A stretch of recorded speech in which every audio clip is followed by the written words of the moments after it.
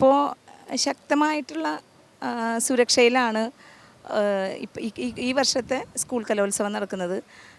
സ്ത്രീകൾക്കും കുട്ടികൾക്കും പ്രത്യേകിച്ച് അവർക്ക് സുരക്ഷ ഒരുക്കുക എന്നുള്ളത് നമ്മുടെ പ്രധാനപ്പെട്ട ഒരു കാര്യമാണല്ലോ. അപ്പം അതിൻ്റെ ഭാഗമായിട്ട് 2 ബുള്ളറ്റിൽ ലേഡീസ് വനിതാ പോലീസ് ഉദ്യോഗസ്ഥർ പെട്രോളിംഗ് നടത്തുന്നുണ്ട്. അത് വൈകുന്നേരം വരെ ഈ കാറൊന്നും പോകാൻ എത്താത്ത മേഖലകളിലൊക്കെ ആയിട്ടുണ്ടെങ്കിൽ അവിടേക്കൊക്കെ 2 വീലറിൽ എത്തുക എന്നുള്ളതൊരു അതും കൂടി ഇതിൻ്റെ ഒരു ഭാഗമാണ്. ഇവിടെ ഇപ്പോൾ 25ഓളം സ്റ്റേജുകളുണ്ട്. കുട്ടികൾക്ക് ഭക്ഷണം കൊടുക്കുന്ന സ്ഥലമുണ്ട്, അവരുടെ അക്കോമഡേഷൻ ഉണ്ട്.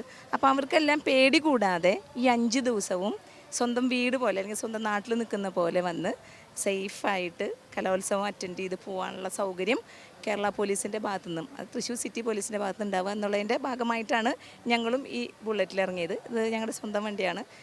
കമ്മീഷണർ അദ്ദേഹത്തിൻ്റെ നിർദ്ദേശപ്രകാരമാണ് ഈ ഒരു ഡ്യൂട്ടിക്ക് ഞങ്ങളെ തിരഞ്ഞെടുത്തത്.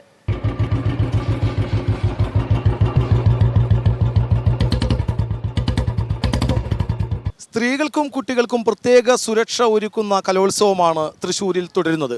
അതുകൊണ്ട് തന്നെയാണ് ബൈക്ക് പട്രോളിംഗ് അടക്കമുള്ള സംവിധാനങ്ങൾ ഏർപ്പെടുത്തിയതും. TCVക്ക് വേണ്ടി ക്യാമറമാൻ ആഷിഖിനോടൊപ്പം മുകേഷ് ലാൽ.